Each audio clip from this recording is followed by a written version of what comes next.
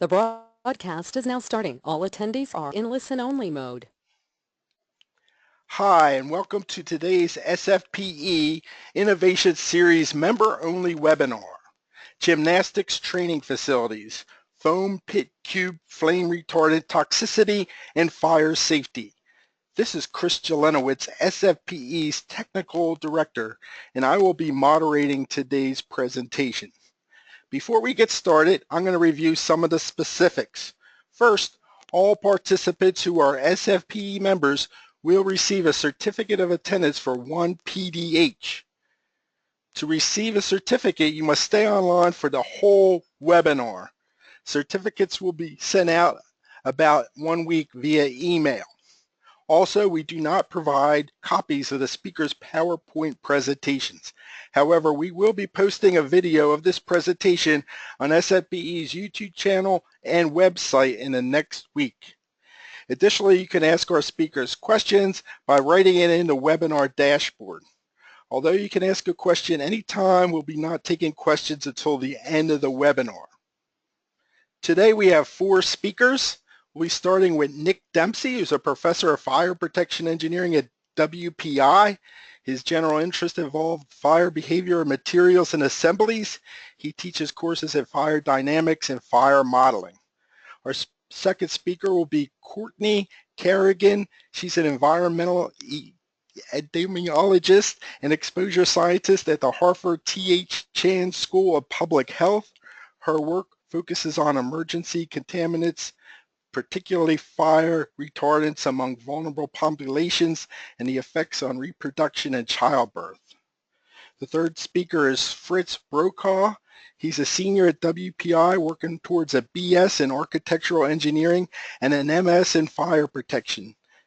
He has spent his last 12 months working in the fire lab at WPI, conducting and assisting with fire research. And finally, Joy Onasch, who oversees the community business and industry programs at the Massachusetts Toxic Use Reduction Institute at UMass Lowell.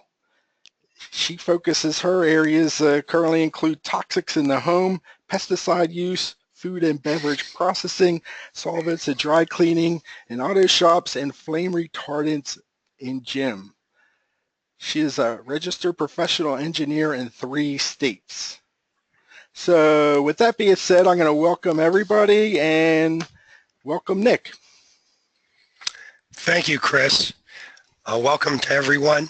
I apologize for my voice. I'm dealing with some allergies right now, but I've been told I'm understandable. So what I'd like to do then is just let you know that Fritz and I got involved in this project to help Courtney, and she had an interest in toxicity issues that she'll be telling us about, and we felt it was important to be able to, in parallel with her toxicity work, be able to develop information that would demonstrate the fire performance of the foam pit cubes, in a sense, how they're used in the field. So the work that Fritz will be talking about, and I'll be following up with him a little bit, we'll address that aspect. And the issue really here was to look at the building or the gymnasium holistically from not only a day-to-day toxicity perspective, but also from a fire perspective, which we know is more of a rare event. But again, how could we look at the building holistically, addressing fire safety, toxicity, and also our interaction with the regulatory community that Joy will also be talking about. So at this point, I would like to turn it over to Courtney to tell us about her toxicity work. Great, thank you, Nick. All right, so just a little bit of background about myself. I'm an environmental epidemiologist, so that means I study the way that chemicals in the environment can affect the health of people. And I kind of want to start today by telling you about endocrine disrupting chemicals. So a lot of the chemicals that I study are chemicals we find in consumer products and personal care products, and are part of this class known as endocrine disrupting chemicals. You may have heard of them. They're often in the news. Chemicals like bisphenol A, phthalates, flame retardants, which I'm going to talk about today. So endocrine disrupting chemicals are the hundreds or more exogenous chemicals or mixtures of chemicals that interfere with any aspect of hormone action. So if you take on the left there is a picture of a cell membrane, and what you have is a hormone, say testosterone, floating around, and it's going to bind to a cell receptor on the cell membrane and elicit a response in the cell. So an example of what an endocrine disrupting chemical can do is it might be a hormone mimic. It might be able to bind that receptor and elicit an identical response in the cell as that hormone. Alternatively, perhaps it could bind the receptor and block the action of that hormone. So like bisphenol A is a hormone mimic, and it mimics estrogen and is able to bind the estrogen receptor.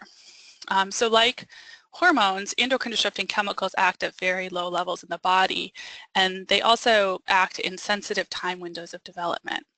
Next slide, please. So what I mean by sensitive windows of development, so these are periods across the lifespan where the human body is more sensitive to effects of endocrine disrupting chemicals. So in particular, we tend to study the prenatal period. So as the fetus is developing, this is well known to be a sensitive window of development. But as we study more chemicals and we learn more about endocrine disrupting chemicals, we're finding that these windows of development can really span from preconception through puberty, and even now I've begun to look at menopause as another window of development that may be sensitive to endocrine disrupting chemicals. So we're really moving towards more of a life course approach to this type of research. Next slide, please. So there's been a lot of research done on endocrine disrupting chemicals.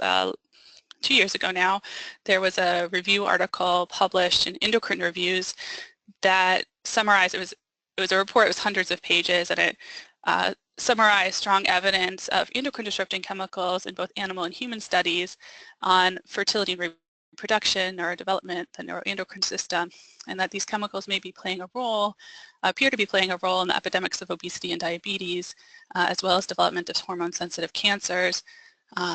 So by that I mean cancers like breast cancer, testicular, prostate, and ovarian. Next slide, please. You may have heard of polybrominated diphenyl ethers. This is a class of flame retardants that was used widely for several decades. They've been found to be able to act on levels of thyroid hormone in the body. They've been associated with reduced TSH, that's thyroid stimulating hormone, and T4. They've also been associated with changes in neurodevelopment. So this again, these studies for PBDEs have been done both in animal and human studies. And these effects include changes in behavior, cognition, and motor skills in birth cohorts, notably with increases in autistic-like behaviors. And also associated with declines in female fertility, studies showing increased time to pregnancy in women and an increase in failed implantation in people undergoing IVF. Next slide, please. So, flame retardants are used in many indoor products, as I'm sure many of you are aware. They've been used in the foam of upholstered furniture, in the foam of baby products until maybe a couple of years ago. Plastic casings of electronics. Carpet padding is often made with recycled foam that can contain flame retardants, and also home insulation. Next slide, please. So because children spend a lot of time crawling around on the ground and doing a lot of mouthing behaviors, I think I skipped a step. Actually, Nick, can you go back? Sorry, I just got kind of a disturbing text message. So flame retardants escape from these products.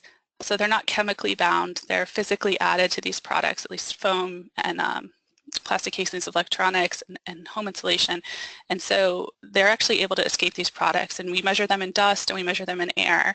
And it appears that the primary way that most people, that flame retardants enter the body is through incidental dust ingestion. Also through inhalation and dermal absorption, but more so through incidental dust ingestion. And this is particularly important for young children who are doing a lot of mouthing behaviors. Go to the next slide. And so this is part of the reason that we see increased exposure in children between the ages of 1 and 5. We also see increased exposure in infants, and for PBDs in particular, this is because of ingestion of breast milk. So PBDEs are what we call persistent organic pollutants. So this means that they can, it takes a long time for them to be eliminated from the body. So it takes, for PBDs, it takes on the order of 2 to 6 years for half the amount in our bodies to be eliminated. And they're lipophilic, so they bind to the fat in breast milk. And this is one way that they're excreted in women, which means that I wish I could turn my cell phone off. It keeps popping up on my screen. I'm sorry, I just found out my grandmother's in the hospital, and it's distracting me. So, right, so this is one way that infants have increased exposure. Next slide, please. All right, so for these reasons, penta-BDE was phased out of use in 2005. And it's been replaced with TDCI-PP or tris-1,3-dichloro-2-propyl phosphate, and also with a mixture of organophosphate and brominated flame retardants called Firemaster 550. And these were replacements. These were chosen as replacements partially because they have shorter half-lives in the body, so they're eliminated from the body more quickly. Next slide, please. However, they're being found to have similar toxicities to the PBDEs. So there are studies now in animals showing effects on thyroid hormone, neurotoxicity, effects on neurodevelopment, and also effects on reproduction. And TDCI-PP is a potential carcinogen. It was phased out of use in children's pajamas back in the 1980s, but continued to be used in other products. Next slide, please. So I mentioned that flame retardants are used in polyurethane foam. So as part of my dissertation work at Boston University, I was going around opening up couch cushions and taking samples and thinking a lot about flame retardants in foam and how people can be exposed. And next slide, please. As a former gymnast, I knew that there is a lot of foam used in gymnastics training equipment in the landing mats as well as in the loose foam pit. So the loose foam pit is used by gymnasts to learn new skills safely. It's a very important part of safety equipment in gyms. So since gyms started using foam pits, injuries in gymnasts, especially spinal cord injuries, have gone way down. So they're considered very important for gymnast safety. However, when I learned about flame retardants and their use in foam, I was very concerned about gymnast exposure, particularly because the foam in the foam pit is not covered. And we know that flame retardants can go right through a cover, but but being uncovered and having that sort of large surface area of foam really concerned me. I also remembered as a gymnast coming out of the foam pit and sort of having this dust on my skin. And this is really well known by gymnasts. It's called pit dust. It's in the foam pit. It's all over the gym. And so I mentioned that incidental dust ingestion is an important exposure pathway, so that concerned me. Next slide, please. So I designed a study to measure gymnast exposure. I recruited 11 gymnasts from a collegiate gym. They had been gymnasts for between 12 and 19 years. They reported training between 10 to 19 hours per week. The target flame retardant we were looking for are those that we know are used in polyurethane foam, and we wanted to collect samples that we could use to get an estimate of what is getting into our body. So they provided samples of blood, urine, and also hand wipes, so we wiped their hands. I also collected samples of air, dust, and foam from the gym. Next slide, please. I used X-ray fluorescent X-ray fluorescence spectroscopy to measure levels of bromine in the gymnastics equipment as an indicator of the presence of brominated flame retardants, and found the highest levels in pit cubes, followed by landing mats, sting mats, and the carpet of the vault runway, which is made out of carpet bonded foam. And got samples of foam from the pit cubes and confirmed that they contained penta-BDE and brominated components of the FireMaster 550 mixture. Next slide, please. I also found elevated concentrations of flame retardants in the gym air and dust, particularly of those flame retardants that were found in the pit cubes. So the levels in gym air were 400 times higher than what we measure in residences and 200 times higher in dust than what we measure in residences. The levels in air were also higher near the foam pit compared to away from the foam pit. And these general findings have been confirmed by another study that was done out west. Next slide, please. I also used scanning electron microscopy to visualize the pit cubes and compare them to the gym dust. So here you see the pit cube structure, and the bromine or the brominated flame retardant is in green. And so we see these fragments of these structures in the gym dust, which explains why we're finding these very high concentrations. Next slide, please. I found that levels of the flame retardant, so BDE 47 is a congener of the PBDE mixture. I'm just showing that one here. There are 209 PBDE congeners, so I'm just showing the one here. But they were higher on hand wipes collected after practice compared to before practice, again for the PBDEs and components of the FireMaster mixture. These are, again, what were in the foam pit cubes. Next slide, please. I found higher concentrations in urine samples collected after practice compared to before practice. These are, when we're measuring urine, we're looking at metabolites, and they're excreted fairly quickly on the order, you can see on the order of hours. And DPHP is a metabolite of triphenyl phosphate, which is a component of the FireMaster mixture. BDCIPP is a metabolite of TDCIPP. Which was not in the pit foam, but it was another, was found in the gym. Next slide, please. And most importantly, we found elevated levels in the gymnast serum. So the white dot there, second from the right, that is the geometric mean of the concentrations in the gymnast serum, their blood samples. The black dot is the geometric mean of levels found in a population of foam cutters and carpet installers, so an occupationally exposed population. So what we found was that the levels in the gymnasts were similar to what we see in occupationally exposed population, about 4 to 6 times higher than the general population. So all those lower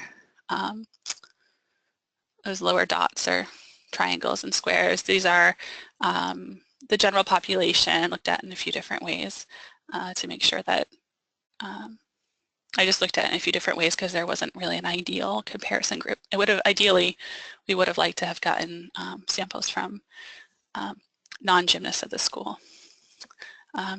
Next slide, please.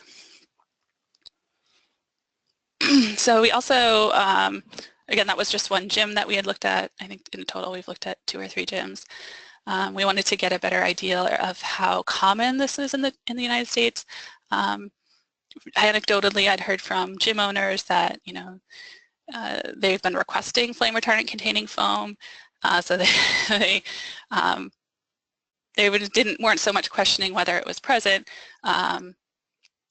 But we did do a survey, so it was a convenient sample. We allowed people to send in pit cubes from their gyms. We found that 89% of the pit cubes that we received contained flame retardants. And what I'm showing here is the shift from the use of the penta-BDE mixture before the phase-out, which occurred in 2005, to after we see more of these alternative flame retardants. And I guess I should note that 89% is because a couple just didn't tell us how old their pit cubes were. Oh, sorry. Yeah, they didn't tell us how old their pit cubes were, and it's possible that they were sending in pit cubes that they were purposefully purchasing to be flame retardant free. Next slide, please. So in conclusion, we found that gymnasts can be highly exposed to mixtures of flame retardants used in foam training equipment, and we think that this is a preventable exposure, and it's occurring again during a developmentally sensitive time window, right? So these are gymnasts tend to be younger than 18, so they're in that developmentally sensitive window between sort of the ages of 2 and through puberty. Next slide, please. So these are some of my collaborators. I just want to acknowledge them really quickly before I move on to tell you about the Flame Retardant Collaborative. So can we go to the next slide? So to communicate these findings to the gymnastics community, I founded the Gymnast Flame Retardant Collaborative. And our aim is really to try to help address concerns regarding flame retardants in gymnastics equipment. Next slide, please. So founding members, so I'm the founder, and Heather Stapleton is a chemist at Duke University who's really an expert in flame retardants, who's collaborated on a lot of this work. And more recently, Robin Donson has been involved, and she's at Silent Spring Institute. She does work on flame retardants and other EDCs in the indoor environment. We now have over 100 members in the GFRC, including gym owners, coaches, gymnasts, gymnast parents, equipment suppliers, fire protection engineers, and environmental health scientists. You can see our website at the bottom there. And we also partner with USA Gymnastics, which is a big trade organization here in the US, and also the Toxicity Reduction Institute at UMass Lowell, who has funded the study that I'm about to tell you about. Next slide, please. And so we've recommended to gyms and gymnasts a couple of exposure reduction strategies. So one is to wash their hands.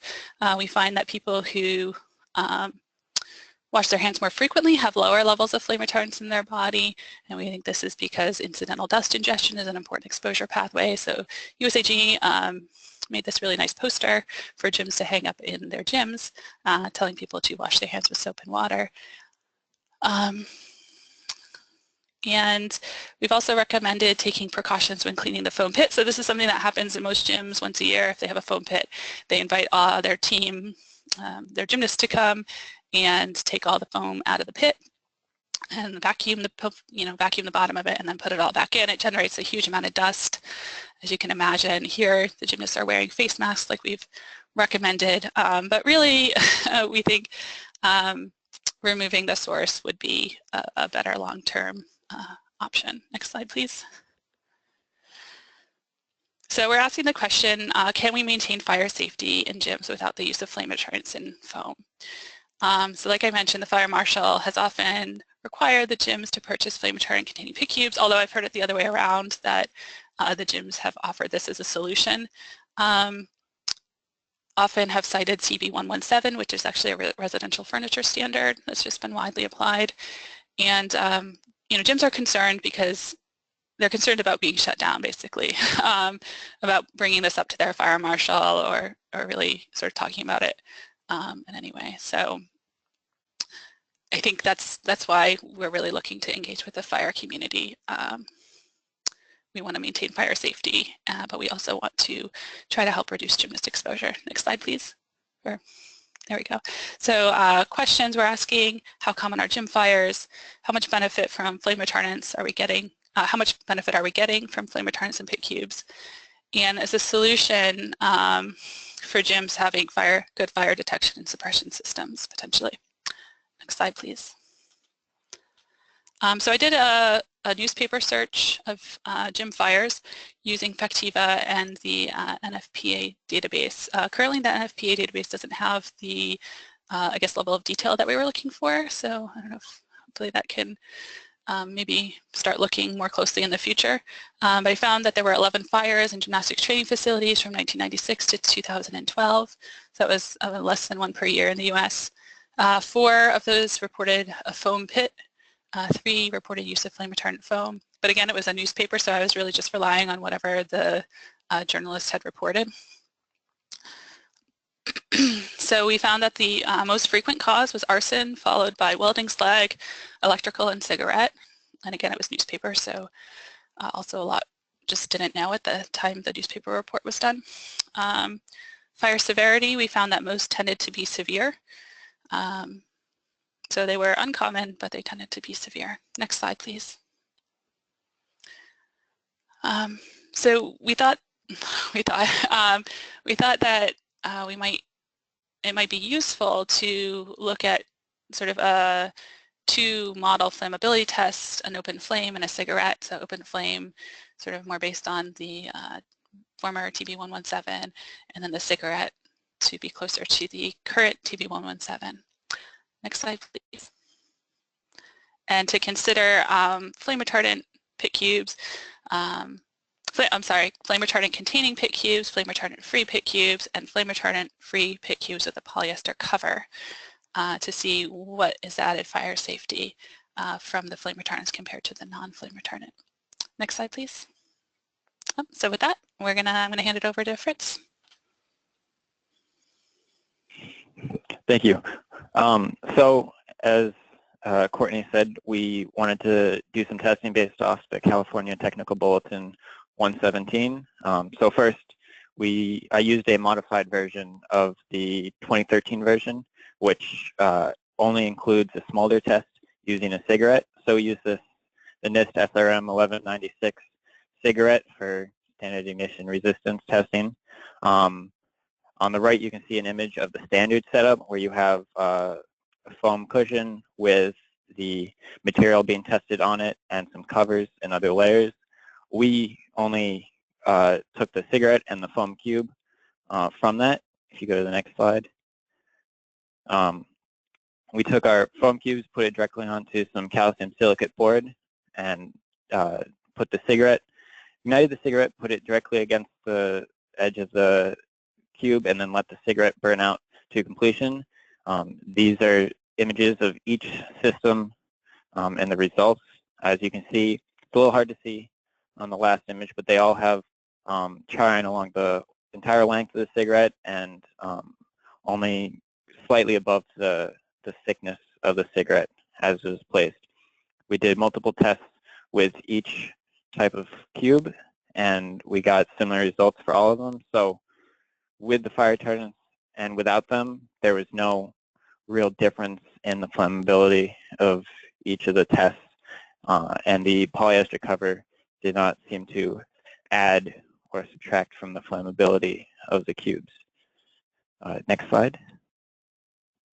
From there, just to confirm these results, when we went to a larger scale with multiple cubes, we did do the same smolder test between two cubes to see if orientation or having multiple cubes together would increase the chance of there being continued burning or ignition at all from the cigarette, but we got the same results as the single cube tests.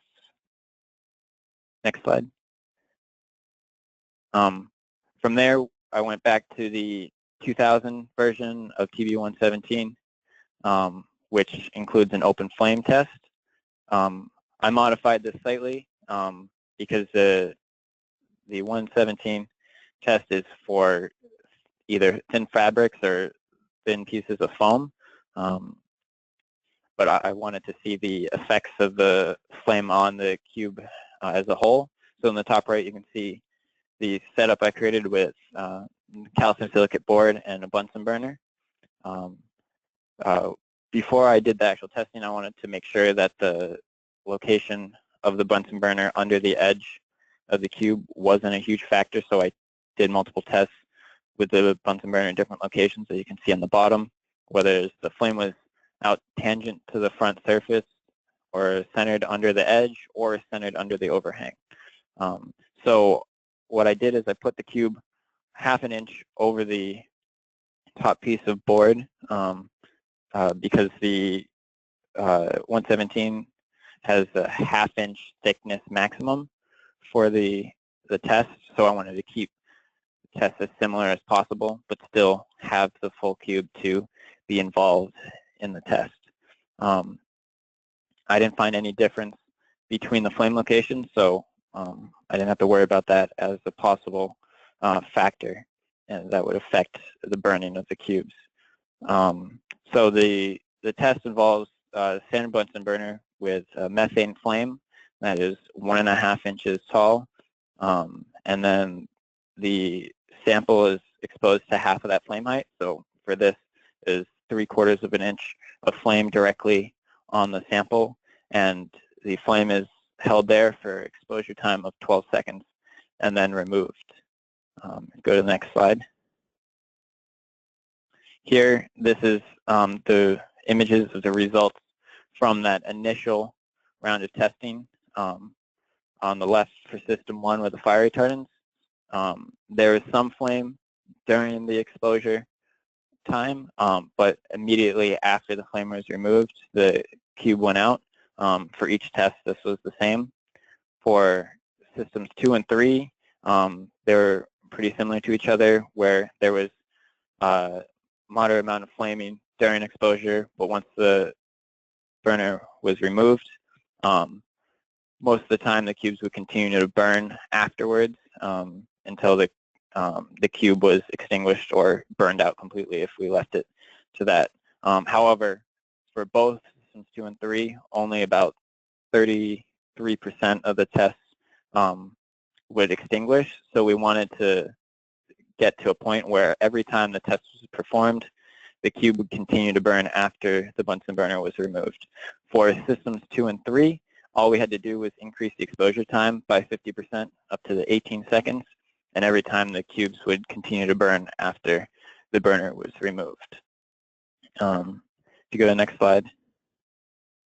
For system 1, we kept increasing the time by 6 seconds, went from 12, 16, all the way up to 30 seconds. By the time we got to 30 seconds of exposure time, when we removed it, the cube would be out or wouldn't be burning at all because the flame would have caused the foam to recede far enough away from the flame that there was no effect anymore. So we went back to the initial 12-second exposure time, but increased the flame height. So first we doubled it from 1.5 inches to 3 inches, but kept the half of the flame height exposed to the cube. So for the first step up, we had 1.5 inches exposed on the cube with a 3-inch flame exposed for 12 seconds. Then we increased the time again up to 30 seconds, and we had to keep going until we reached a 6-inch flame that was exposed for 12 seconds. At this size, so 3 inches of the 6-inch flame would be exposed on the surface. At this point, we reached our supercritical condition where the system 1 cubes with the fire retardants would continue to burn every time we tested it. Next slide. So we started with these single cubes initially. So from that, the fire retardants do provide some safety benefit, but this is still a small methane flame. Even if it's 1.5 inches or 6 inches, it's still not a huge ignition source. The larger flame does cause the fire retardant cube to burn down, but once we reach the supercritical condition, the cubes all burn down roughly at the same rate in the same burn pattern. So from there, we wanted to see what happens when we have multiple cubes. So go to the next slide. So we went up to a corner made out of gypsum board.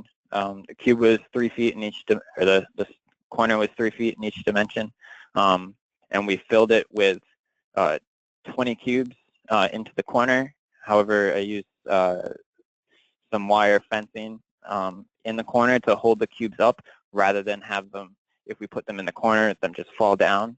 So it's more like a cross-section or a core taken out of the pit, and then they were tossed in to get the random orientation that you would have in a normal pit. So again, at this stage, we did the smolder test again, just to confirm our previous findings, which there was no ignition from any of the smolder tests. If you go to the next slide. So each test was done with the supercritical condition found from the single cube tests. For the system 1, it was the 12-second exposure with a 6-inch flame, and systems 2 and 3, the 18-second exposure with the initial 1.5-inch flame. So first, I did a test with each system by igniting a cube near the bottom of the pile. Here, this is during the exposure for each test. you can see the system 1 image has a much larger flame because the initial flame from the Bunsen burner is 4 times as large as the other two. If you go to the next slide. Here, minute in, the only 2 cubes burning in the system 1 test are the one that was initially ignited and the one that was above it, because the large flame from the Bunsen burner also ignited a cube above it. Whereas system 2 is already spread substantially to the surrounding cubes, while system 3 is slightly delayed. Next slide. Here, system 1 has now grown, as well as system 3 has spread to most of the cubes, whereas system 2 has already melted down most of the cubes into a pool on the bottom. Next slide. 5 minutes in, system 1 has now melted down, system 2 is almost extinguished, and system 3 is reaching the beginning of its decay. Next slide. And then 39 seconds, system 1 is just a small flame of the last pool of fuel, system 2 has gone out completely, and system 3 is dying out. Next slide. So additionally, I did a test with each system, igniting a cube at the top of the pile to test different locations of ignition. As you'd assume, a lower down ignition would spread faster. The flame will rise and spread to the cubes quicker. As you can see here, a minute into the test.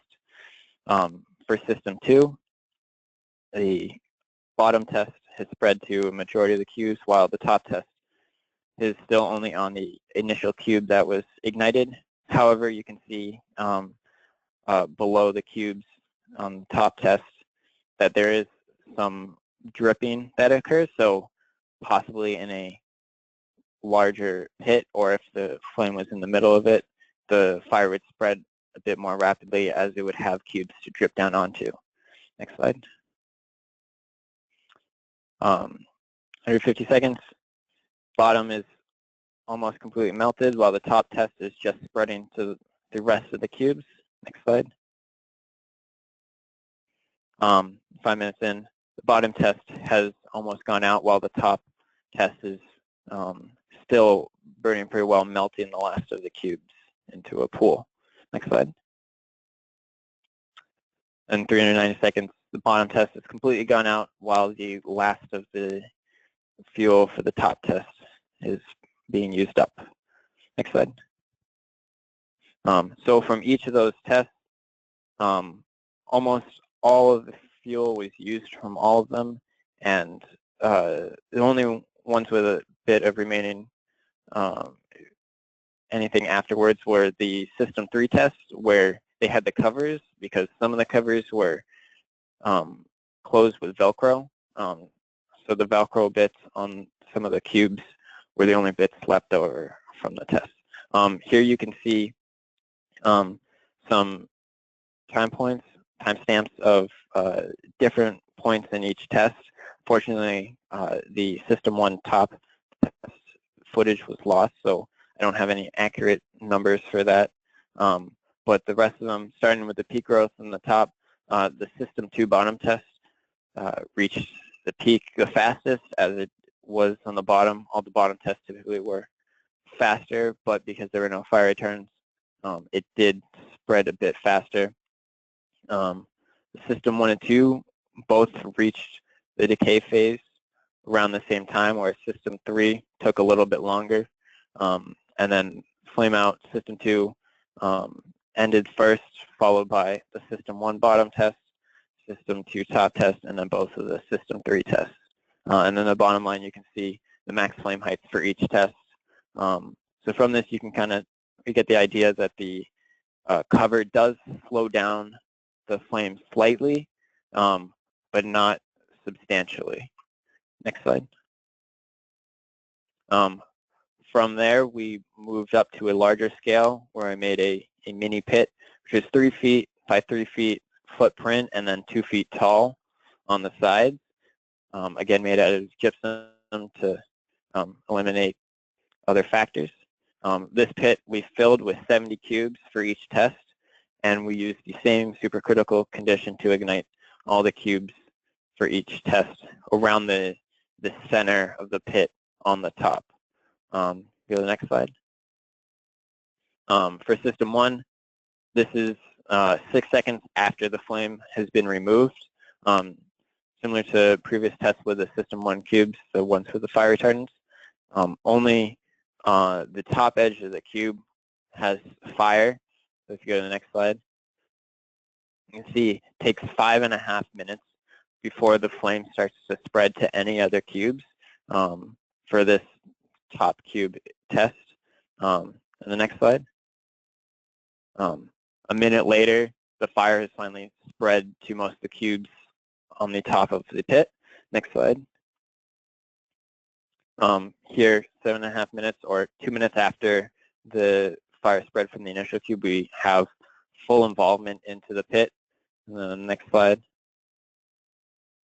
10 minutes in, the fire starts to die down.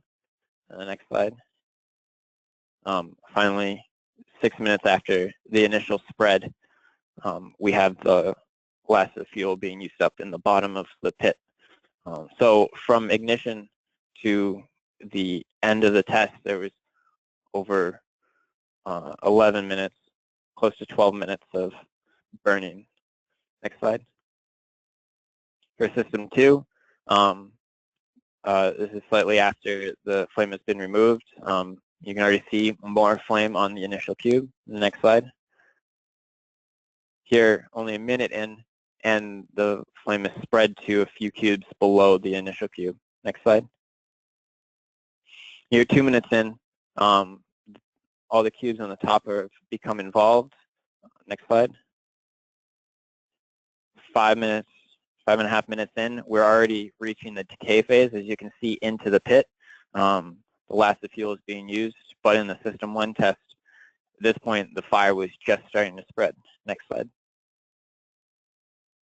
Finally, 6 minutes in, we reach the end of the burning. Next slide. And then system 3, very similar to the system 2 test. Initial burning only on the initial cube, a bit of dripping below, but it hasn't ignited other cubes yet. Next slide. Minute in, starts to ignite a few cubes below it. Next slide. And 2.5 minutes in, similar to the system 2 test, we have full involvement on the top. Next slide. And a minute later, reaching during the peak of the burning. Next slide. And slightly later than the system 2 test, but we're dying off. Most of the fuel has pooled up in the bottom corners. Next slide. Again, here's the comparison of some time for the pit tests. The system 2 and 3 both reaching the peak growth within 3 minutes. However, system 1 took 8 minutes. System 1 took twice as long to reach the decay, and then 4 minutes longer than the system 2 and 3 to reach flame out, whereas system 2 and 3 are very similar throughout the test. However, system 2 did have a slightly larger flame height. Next slide. So here we use this equation to take the flame height and the hydraulic diameter of the flame throughout the test to get a rough estimate on the heat release rates. Next slide. The hydraulic diameter depends on the size of the fire at the time. I knew how big the pits and the corners were, so I could, from the video, get a pretty good idea of the hydraulic diameter of the flame throughout each test. Next slide. So this is a comparison of the corner tests. The red line that reached the highest was the system 1 bottom test, which is the pit cubes with a fire retardant. So it did start a little slower than like the system 2 one, which was in yellow, but it did end up reaching a much higher heat release rate, but over a shorter period of time. And then the post-system 3 tests took longer to start initially, but still reached a bit over a megawatt of heat release. Next slide. And here's the pit tests, whereas they're all very similar heat release rates overall, but only difference being one took a lot longer to grow. Next slide. Okay, excuse me. Thank you, Fritz. So I think to just have some conclusions, as Courtney mentioned, right, the gym fires are not common, but they've been reported to be severe. The good news is, whether you have the retardants or not, we don't have apparently a significant issue with the smoldering cigarettes. We have been able to get a sense of how the fire retardants affect the behavior of a pit cube in terms of using the small open flame. We're able to differentiate, and as Fritz has noted, there is a difference there. The question is, in the broader context, how does that affect our decisions as fire protection engineers? And we do have a time delay from our pit tests. So again, this is one of these issues that we would have to look at holistically in terms of things like the gymnasium and egress. And we have a similarity between systems 2 and 3. So the cover, which was just kind of a typical polymer, the polyester, did not really seem to provide any benefit. I think what's really important, and what we've talked with Courtney and Joy and her colleagues about, is we need to look at this toxicity information, but then specifically the fire information in the context of the building or the gym overall. So I think if we use our performance engineering approach, we can use this type of data that we have or similar to talk about appropriate design fires. We definitely need to talk about appropriate detection and suppression systems for these gyms, because again, the loss history and the testing here show that whether there are retardants or not, you can have substantial fires, and these pits have tens of thousands of cubes in them.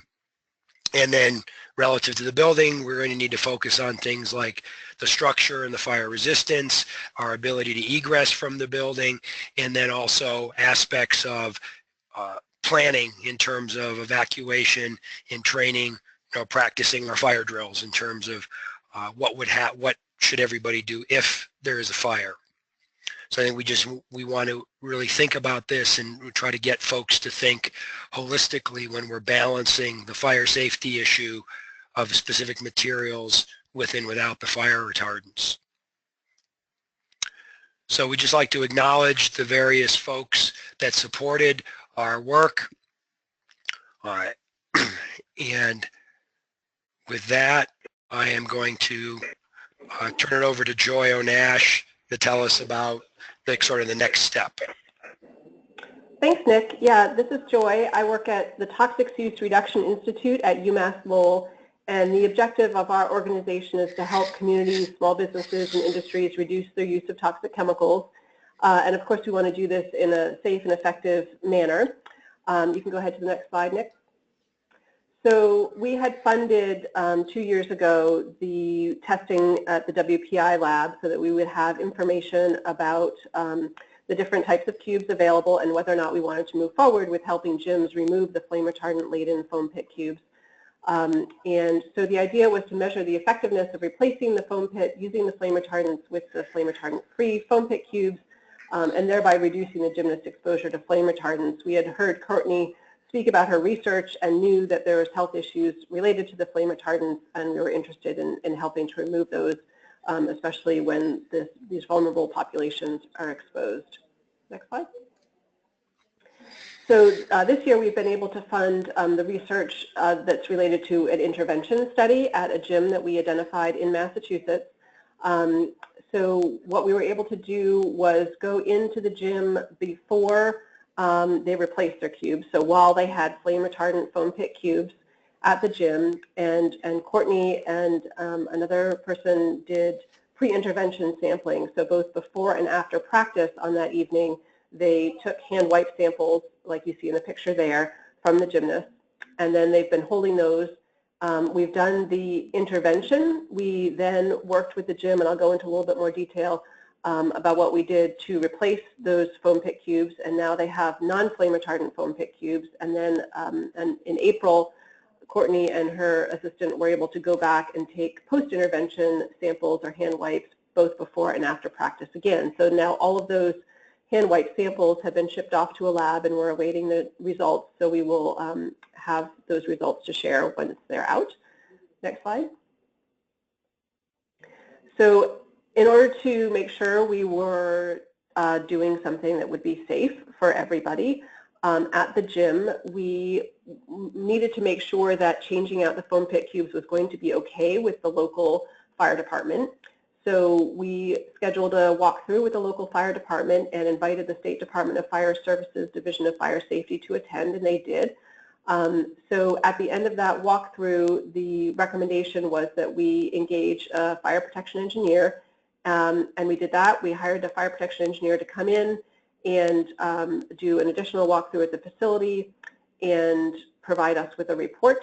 So that was done, and then based on that report and the recommendations made in it, we conducted a final walkthrough with the local fire department because they were the ones to get the final, give the final buy-in to the project.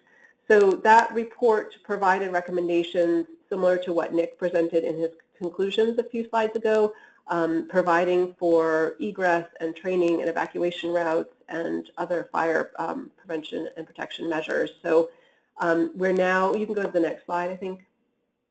So now we're engaging more with the fire protection community. We would like to take the information that we've learned from this process to help other gyms make the transition using what we've learned at this gym in Massachusetts as an example.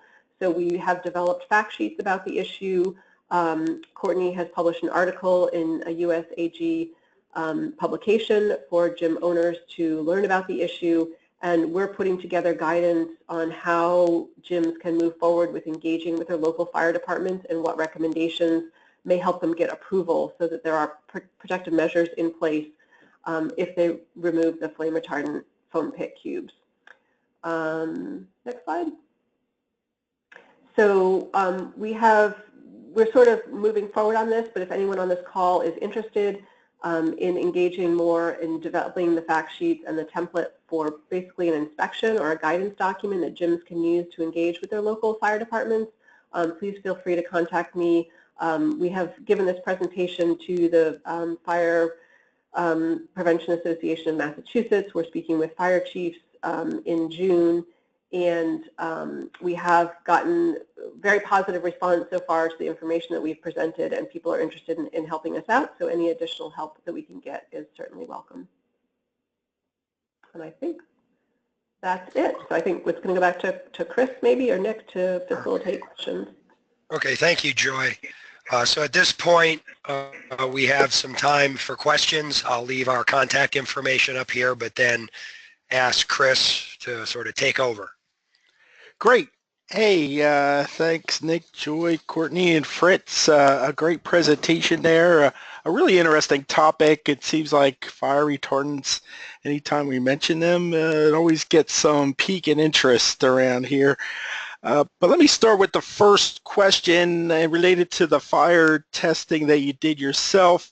We had a couple questions about, the samples that you used.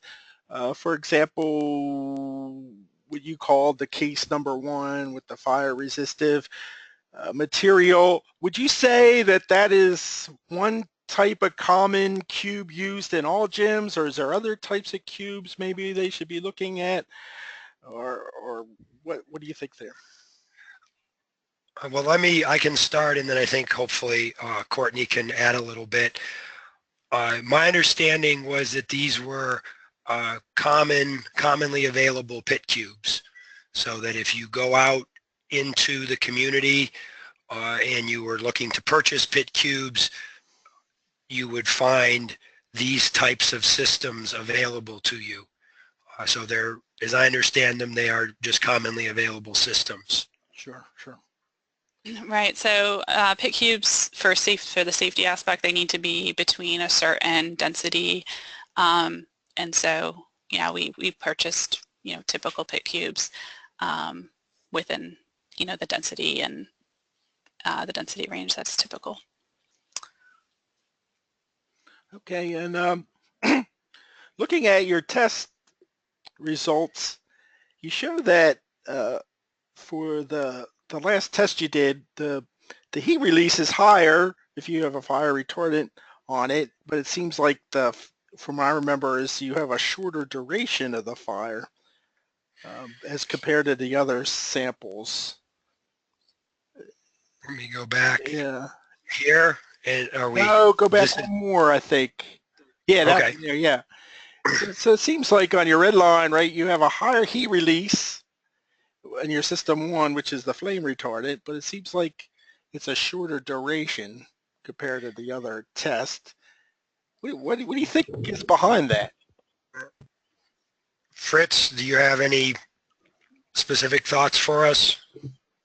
I think mostly just once the ignition source gets beyond the initial, breaks down the fire retardant, whatever material the rest of the cube is made out of might just burn faster, because once it's hot enough, it's going to get past the fire retardant, whereas the cubes that don't have their fire retardants, slightly slower burn history than the ones with the fire retardants. But overall, roughly the same amount of energy released. Yeah, the other thing to recall about the system 1 is we are starting with a larger ignition source, right? Our 6-inch Bunsen burner flame as opposed to the 1.5 inches. So we do have to give it a little bit of an extra kick to get it started. So that may again have something to do with the initial behavior. Very interesting. Yeah, especially with that bottom test, you have 2 cubes kind of unintentionally getting ignited at the beginning, so it does have twice as much to spread from at the beginning.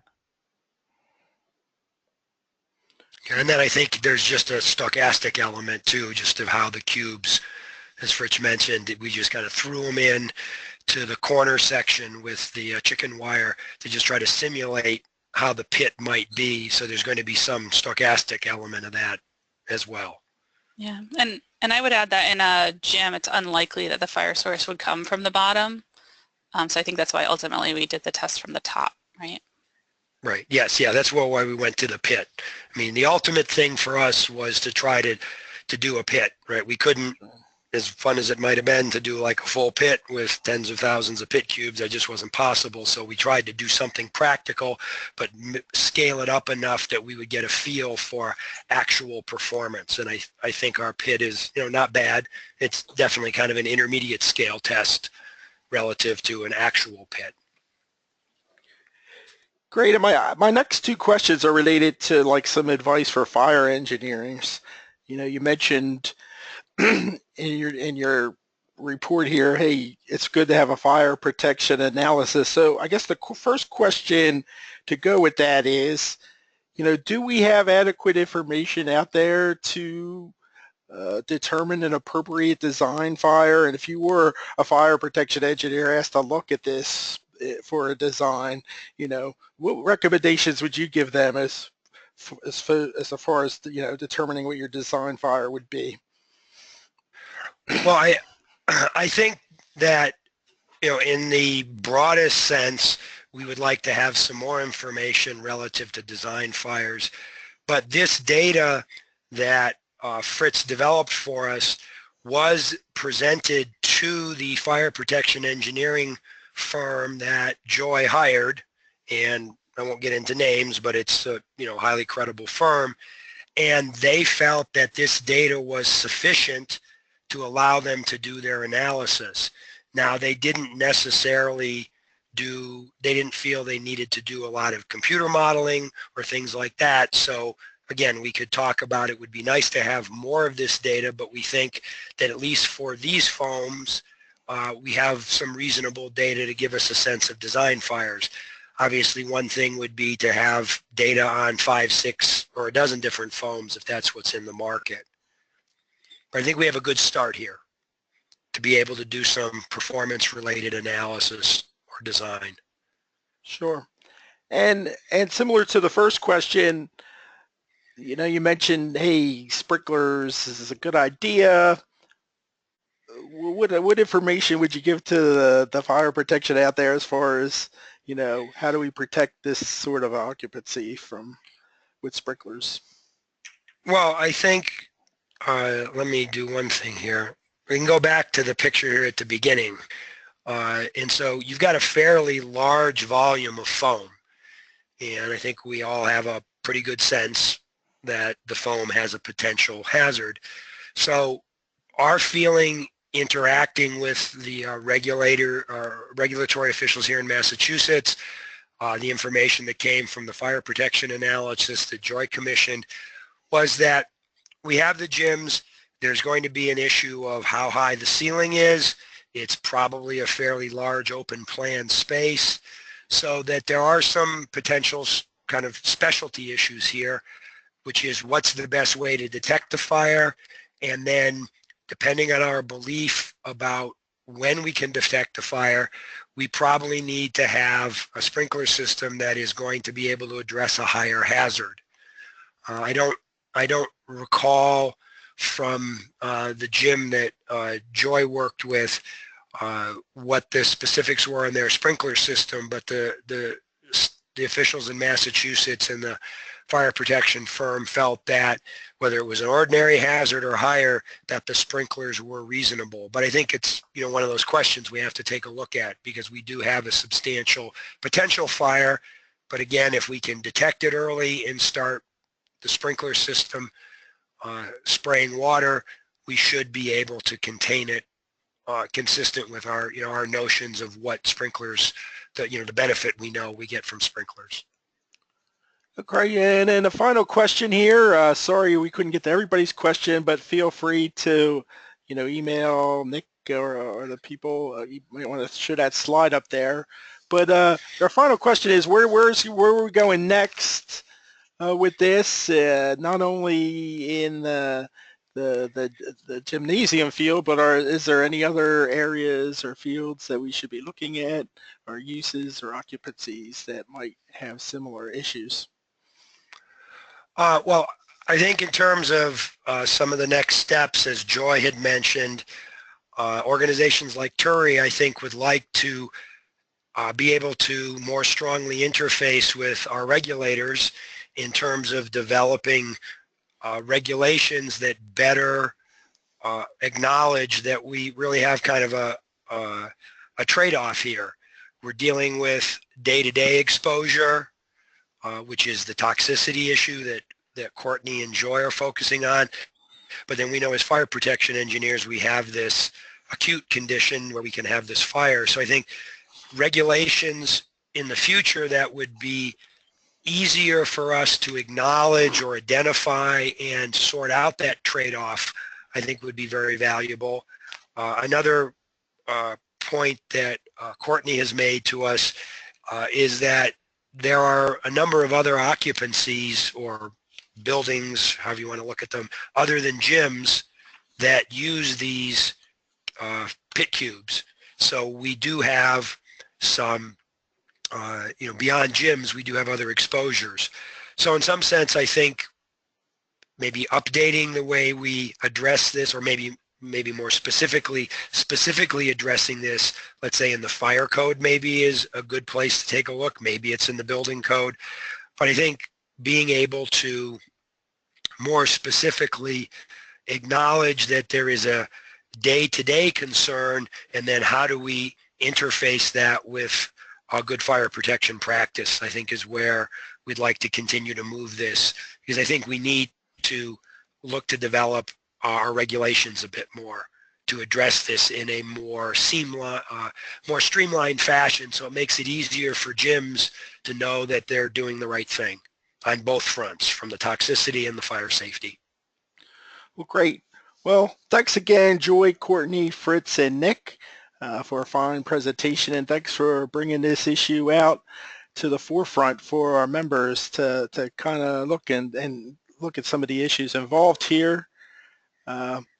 So finalizing our next SFPE member webinar will be on Monday, June 26th at 11 a.m. Eastern Time. We'll have Chris Campbell from Arup will be discussing performance-based designs revisited, updating previously completed fire and egress models for building alterations and additions. So we hope to see you there on June 26th.